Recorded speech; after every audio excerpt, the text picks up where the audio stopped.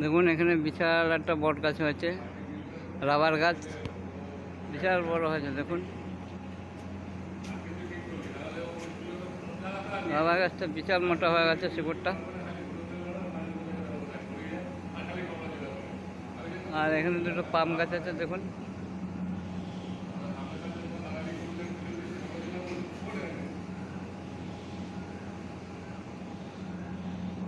এটা অরবিন্দ হল, এটা হচ্ছে নেতাজি হল।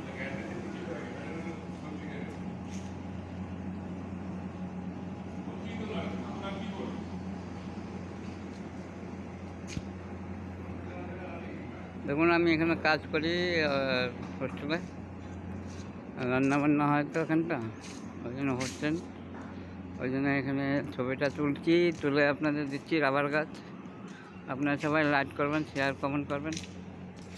দেখুন গোড়াটা খুব মোটা হয়ে গেছে রাবার গাছ, দেখুন বিশাল বড় হয়ে গেছে রাবার গাছটা। আর বন যেরকম হয় ওরকম হয়ে গেছে।